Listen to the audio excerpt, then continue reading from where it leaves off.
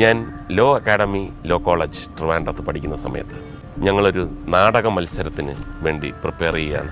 ആ നാടകത്തിൻ്റെ റിഹേഴ്സലിന് ഒരു സ്ഥലം വേണം.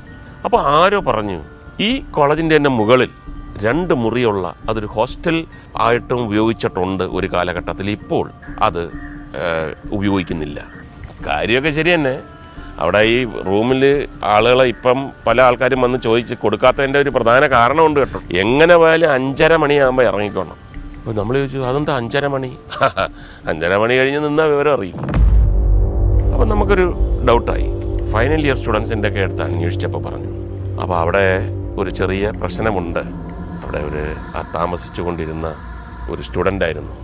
അയാൾ അവിടെ തന്നെ ആത്മഹത്യ ചെയ്തു.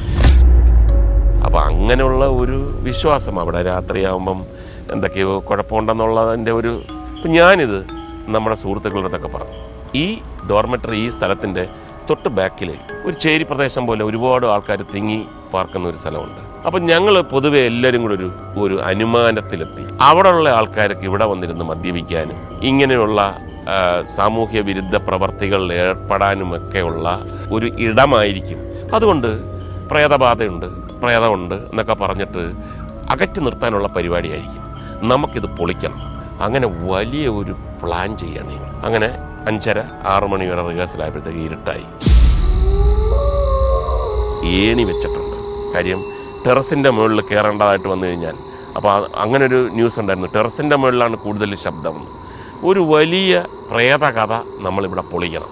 അങ്ങനെ ഒരു 11 മണിയായപ്പോഴത്തേക്ക് ആരോ ഒരാൾ നടക്കുന്ന ഒരു ശബ്ദം.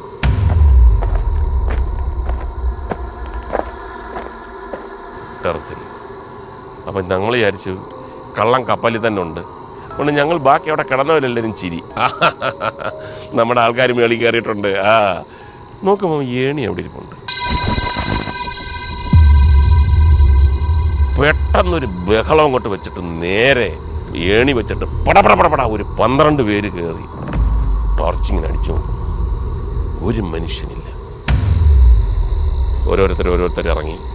വീണ്ടും ഒരു 3-4 പ്രാവശ്യം ഇങ്ങനെ അങ്ങോട്ടും ഇങ്ങോട്ടും ഓടുന്നു. നടത്തല്ല ഇപ്പം. വീണ്ടും ഒരു ട്രിപ്പും കൂടെ കുറേ പേര് കയറി. ആരുമില്ല. തമ്മി നോക്കി ഇതെന്തോ കുഴപ്പമുണ്ടല്ലോടെ. അപ്പോൾ എല്ലാവരും ഇങ്ങനെ കിടക്കുമ്പം ഇങ്ങനെ കാറ്റൊന്നുമില്ല. ജനൽ ഇപ്പോൾ ഇതൊക്കെ ഇങ്ങനെ നമ്മളെല്ലാവരും കണ്ടു. അപ്പോൾ ഒരാൾ പറഞ്ഞു കാറ്റായിരിക്കും. ഞാൻ പറഞ്ഞു കാറ്റാകണം എന്നാണ് എൻ്റെ ആഗ്രഹം. പക്ഷെ അങ്ങനെ വലിയൊരു കാറ്റില്ലല്ലോ. ഏകദേശം 1:30 മണി ഒക്കെ ആയി കാണും ആ സമയത്ത്.